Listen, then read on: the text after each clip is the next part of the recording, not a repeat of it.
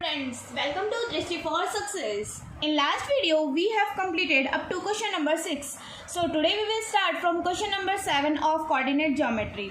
तो question number 7 में हमें क्या दिया हुआ है? If the distance between the point 4, P and 1, 0 is 5, then the value of P is. ये किसका आंसर दिया हुआ है? डिस्टेंस का. तो हमें जब भी किसी का आंसर दिया हो उसी का फॉर्मूला हम यूज़ कर लेते हैं. तो डिस्टेंस का हमारा फॉर्मूला क्या होता है? x2 माइनस x1 का whole square plus y2 minus y1 का होल स्क्वायर. ये हमारा x1, ये y1, ये x2 एंड ये y2. फॉर्मूले में वैल्यूज पुट कर देंगे. डिस्टेंस हमें गिवन है 5, x2 है हमारा 1 माइनस x1 है 4 होल स्क्वायर प्लस y2 है 0 एंड y1 है p का होल स्क्वायर.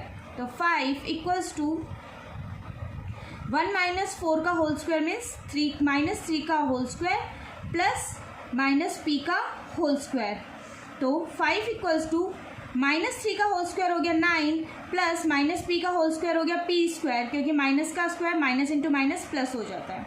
अब स्क्वायरिंग ऑन बोथ साइड कर देंगे जिससे ये अंडर रूट हट जाए. तो स्क्वायरिंग ऑन बोथ साइड तो क्या हो जाएगा? 5 का square equals to root 9 plus P square, okay, का होल स्क्वायर. स्क्वायर से ये कट गया. 5 का स्क्वायर होता है 25 equals to 9 plus P square. 25 minus 9 equals to P square, तो ये हो गया 16 इक्वल्स टू पी स्क्वायर. ठीक है, पी स्क्वायर है, यहाँ आके रूट लग जाएगा p. तो p की वैल्यू क्या हो जाएगी? रूट की वैल्यू 16 किसका अंडर रूट होता है? 4 का, बट स्क्वायर है तो प्लस माइनस 4 p, यानी p की वैल्यू क्या आ जाएगी? या तो +4 या -4. ठीक है, एग्जाम में आपको जल्दी से करना हो तो कैसे करोगे? इतना सा फॉर्मूला तो आपको याद होगा. आपके आएंगे MCQs, बस सीधा फॉर्मूले में पुट करोगे. आपको पता है ये रूट हमें स्टार्टिंग में हटाना होगा, नहीं तो आगे जाके सॉल्व नहीं हो सकता. तो यहाँ लिख लेंगे हम 5 का स्क्वायर 25, यहाँ x2 यानी 1 माइनस 4 का whole square plus 0 minus p का स्क्वायर किया. ऐसे 25 इक्वल्स टू -3 का स्क्वायर डायरेक्ट लिख लेंगे 9 होता है, प्लस माइनस p का स्क्वायर p स्क्वायर होता है. बस 25 minus 9 equals to p square मतलब 16 होता है. तो p की वैल्यू क्या आ जाएगी? +4 या -4. बस इस तरह से आपको MCQs की प्रैक्टिस पे कमांड रखनी है कि आपका answer within a second solve हो जाए. नेक्स्ट क्वेश्चन है क्वेश्चन नंबर 8. इस क्वेश्चन में क्या कहा है? A circle drawn with origin as the centre passes through 13,2 13/2, the point which does not lie in the interior of the circle is. क्या कहा है? एक सर्कल है जो ओरिजिन से पास हो रहा है. ओरिजिन क्या होता है? 0,0. Passes through the circle, origin से सर्कल तक उसका पॉइंट आ रहा है 13/2, the point which does not lie in the interior of the circle is. तो इनमें से कौन सा पॉइंट है जो इंटीरियर ऑफ द सर्कल में लाई नहीं करता? मतलब सेंटर से कहीं बाउंड्री पे ही लाई करता है. बाउंड्री पे लाई करता है मतलब सेंटर से उसका रेडियस क्या होगा? इक्वल होगा. तो सबसे पहले हम देखते हैं इसका रेडियस कितना है. इसका रेडियस देखने के लिए ओरिजिन से यहाँ तक देखने के लिए मतलब हमें इसका डिस्टेंस पता करना है यहाँ से यहाँ तक. तो हम डिस्टेंस का फॉर्मूला लगाएंगे. डिस्टेंस हमारा क्या होता है? x2 माइनस x1 का whole square plus y2 minus y1 का होल स्क्वायर. ठीक है, ये हो गया हमारा x1, y1, x2 and y2. ठीक है, तो डिस्टेंस को हम रेडियस ले लेते हैं. x2 हो गया हमारा 13/2 माइनस x1 हो गया 0 होल स्क्वायर प्लस y2 क्या हो गया? 0 माइनस y1 0 का होल स्क्वायर. ठीक है, तो r इक्वल्स टू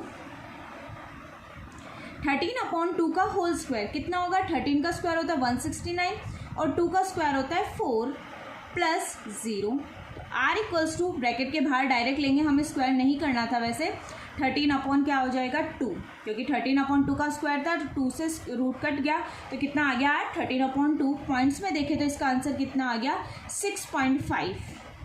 ठीक है, अब देखेंगे हम ओरिजिन से किस पॉइंट का डिस्टेंस सेम आ रहा है, किसका रेडियस सेम आ रहा है. वही हमारा क्या होगा? जो पॉइंट होगा जो इंटीरियर ऑफ द सर्कल पे लाई ना करके बाउंड्री ऑफ द सर्कल पे लाई करेगा. ठीक है, तो सबसे पहले हम हमेशा ऑप्शंस को लास्ट से चेक किया करो. सबसे पहले हम, वैसे आपको मैं बता देती हूँ, सी से चेक करके देख लेते हैं. पहले 0,0 और 5, -1/2, ये x1 ये y1 ये x2 ये y2। ठीक है, डायरेक्ट डिस्टेंस का फॉर्मूला लगाएंगे। ठीक है, x2 मीन्स 5 - 0 का होल स्क्वायर प्लस -1/2 -0 का होल स्क्वायर। तो 5 का स्क्वायर होता है 25 प्लस 1/2 का स्क्वायर हो गया 1/4। तो ये क्या हो जाएगा, 25 4 100 प्लस 1/4 मीन्स अंडर रूट में आ रहा है 101/4। तो इसके रूट के बाहर निकालेंगे 100 का, इसको 100 + 1 लिख सकते हैं। तो 100 किसका होता है 10 का, और +1 को एक तरह से पॉइंट हम लिख सकते हैं 0.4/2। तो इसको कैंसिल आउट करने पे हमारा 6.5 नहीं आएगा, क्या आएगा 2 5 = 10, 0.02 2 ठीक है। तो ये क्या हो रहा है, लेस देन रेडियस है हमारा, ये रेडियस आना चाहिए था बट रेडियस से लेस है, तो ये तो ऑप्शन नहीं हो सकता। हम डी चेक करके देखते हैं। डी क्या है, 0,0 से हमें डिस्टेंस देखना है -6,5/2 का। ठीक है, वही x1 y1 x2 and y2। Distance लिखेंगे -6 - 0 का होल स्क्वायर प्लस 5/2 -0 का होल स्क्वायर। तो 6 का स्क्वायर होता है 36 प्लस 5/2 का स्क्वायर होता है 25/4। वही हमारा एलसीएम ले लेंगे। एलसीएम कितना हो जाएगा, 3 4 = 120 और 6 4 = 24। तो 144 प्लस 25/4, तो ये हो गया 961 169/4। 169 किसका होता है 13/2। तो 13/2 कितना होता है 6.5। तो ये इक्वल टू रेडियस आ गया, मतलब हमारा ऑप्शन क्या होगा, यही होगा। लेकिन हम एक बार वापस से सारे और चेक कर लेते हैं। तो हमारा ए ऑप्शन था, 0,0 से चेक करना था हमें, -3/4, 1 था। तो इससे चेक करके देख लेते हैं एक बार। तो क्या होगा, -3/4 -0 का होल स्क्वायर प्लस 1 -0 का होल स्क्वायर। तो यही कितना हो जाएगा, 9/16 प्लस 1, मतलब हो गया 9 + 16/16 कितना हुआ 25/16 मीन्स 5/4। तो ये भी 6.5 से लेस है, तो ये नहीं हो सकता। नेक्स्ट हम बी भी चेक करके देख लेते हैं। बी हमारा ऑप्शन था 2,7/3 इक्वल्स टू, तो सॉल्व करेंगे तो ये 2 - 0 होता है 2 का स्क्वायर प्लस 7/3 -0 होता है 7/3 का स्क्वायर। ठीक है, तो 2 का स्क्वायर 4 49/9, तो 9 4 = 36 प्लस 49/9। तो ये कितना हो जाएगा, रूट में 85/9।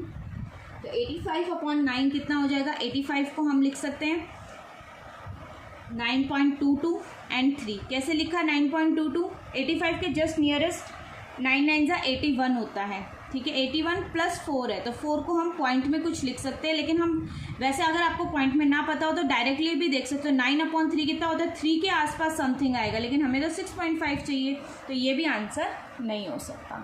ठीक है, तो एक बार क्वेश्चन को वापस देख लेते हैं। क्वेश्चन में क्या कहा था, a circle drawn with origin as the centre passes through 13,2 13/2, the point which does not lie in the interior of the circle is, मतलब हमें बताना है इनमें से कौन सा पॉइंट है जो सर्कल के अंदर लाई नहीं करता, मतलब सर्कल के बाउंड्री तक लाई करता है या बाउंड्री से ज़्यादा लाई करता है। बाउंड्री से ज़्यादा लाई करेगा तो उसकी डिस्टेंस क्या आनी चाहिए, ज़्यादा आनी चाहिए आर से, और अगर बाउंड्री पे लाई करेगा तो आर के इक्वल आनी चाहिए। बट हमने नोटिस किया था ऑप्शन नंबर सी में डिस्टेंस कम आ रही थी, मतलब इंटीरियर ऑफ द सर्कल में लाई करेगा।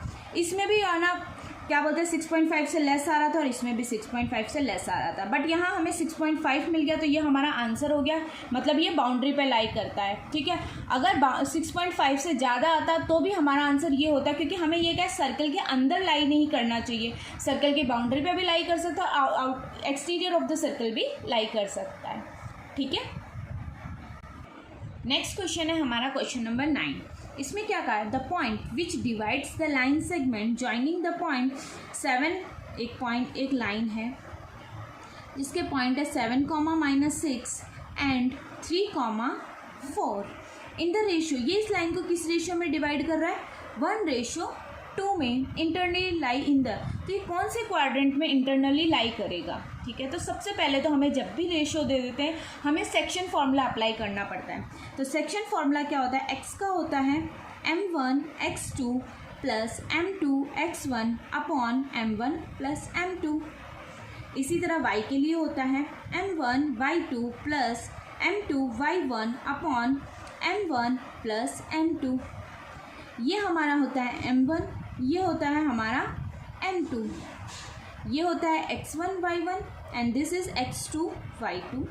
सॉल्व करेंगे तो x की वैल्यू आएगी हमारी m1 हो गया 1 इंटू x2 है हमारा 3, 1 इंटू 3 3 प्लस m2 है 2, x1 है 7, 7 2 14 एंड 2 प्लस 1 3। y की निकालेंगे, m1 है 1 इंटू 4 4 प्लस m2 है 2, 2 इंटू -6 तो -12 अपॉन 3। तो क्या हो जाएगी x की वैल्यू 17 अपॉन 3 एंड y की वैल्यू क्या हो जाएगी -8 अपॉन 3।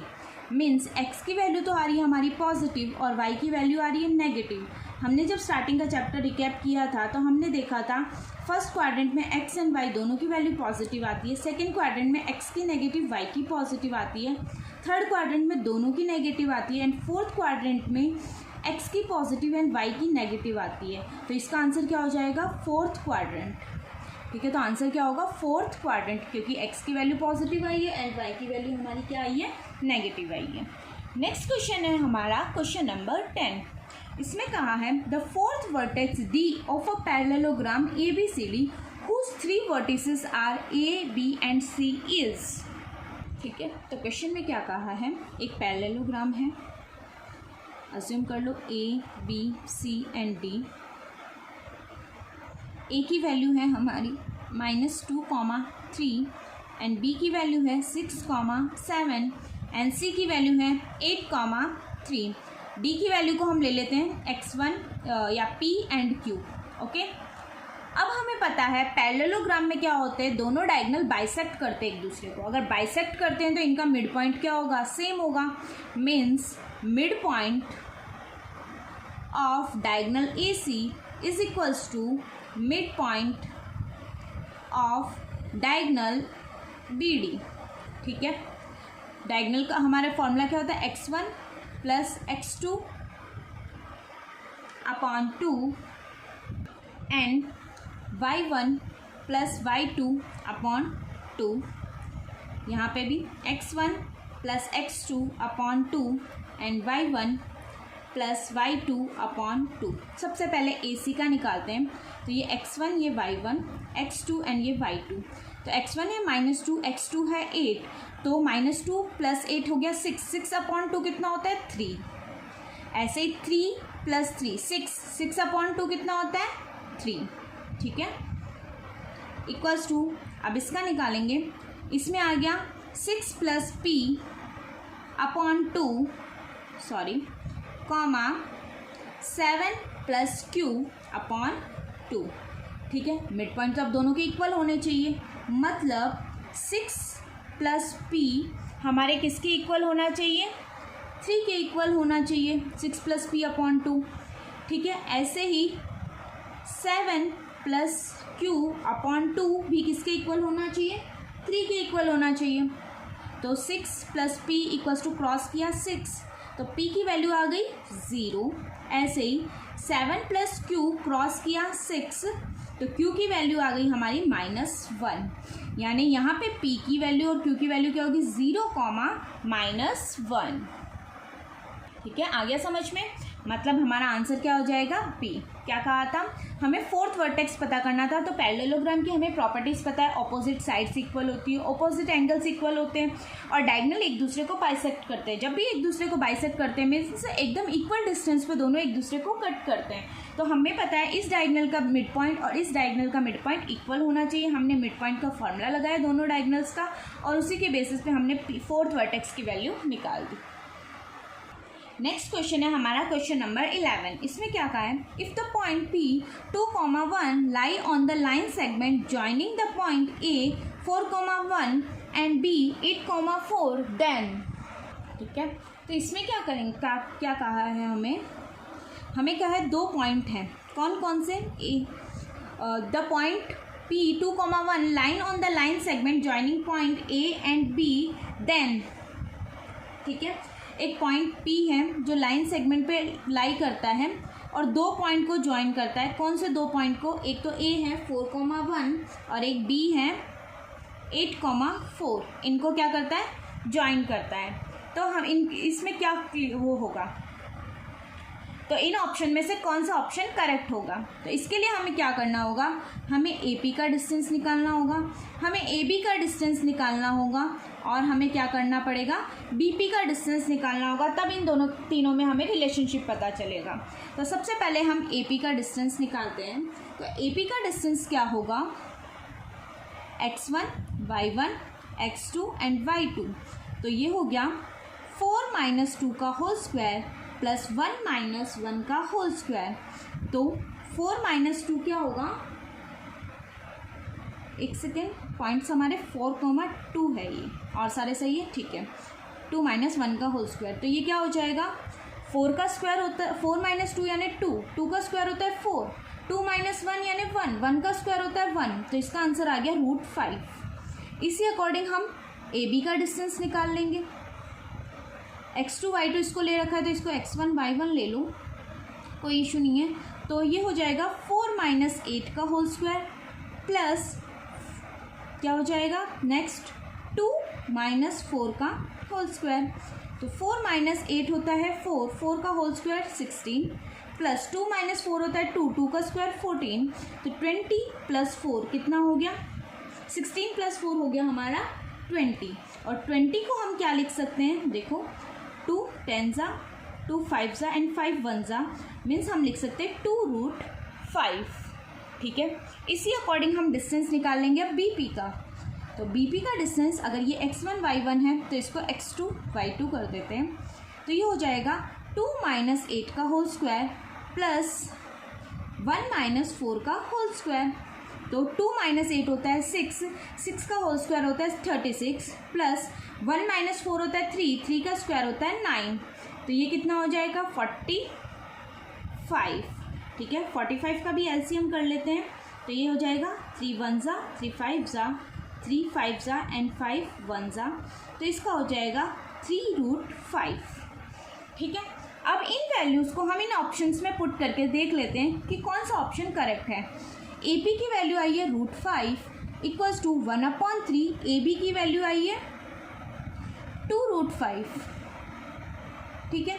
तो ये मैच नहीं कर रहा है, ठीक है। क्रॉस मल्टीप्लाई कर लो तो ये होगा 3√5 इक्वल्स टू 2√5, नहीं हो सकता इक्वल, गलत है। इसमें पुट करके देखते हैं PB की वैल्यू कितनी आई है, PB की वैल्यू आई है 3√5 इक्वल्स टू 1/3 और AB की वैल्यू आई है, AB की वैल्यू है 2√5, वही क्रॉस मल्टीप्लाई कर लो तो 9√5 इक्वल्स टू 2√5, नहीं हो सकता, तो ये ऑप्शन भी नहीं हो सकता, ठीक है। इसमें वैल्यू पुट करेंगे, AP की वैल्यू आई है √5 एंड PB की वैल्यू आई है हमारी 3√5, तो ये ऑप्शन भी नहीं हो सकता।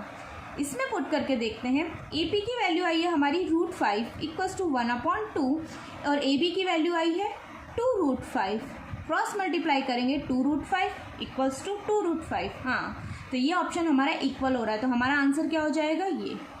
इसलिए मैं बोलती हूँ हमेशा लास्ट ऑप्शन से चेक करने की थोड़ी प्रैक्टिस डाला करो, क्योंकि एग्जामिनर थोड़ा स्मार्ट होता है, टाइम वेस्ट करवाने के लिए वो ऑप्शन मोस्टली C या D में से ऐसे चेकिंग वाले आंसर मोस्टली लास्ट ऑप्शंस में से हो सकता है। नॉट अ फैक्ट कि हमेशा यस ऐसा ही होगा, बट मोस्टली ऐसा हो सकता है।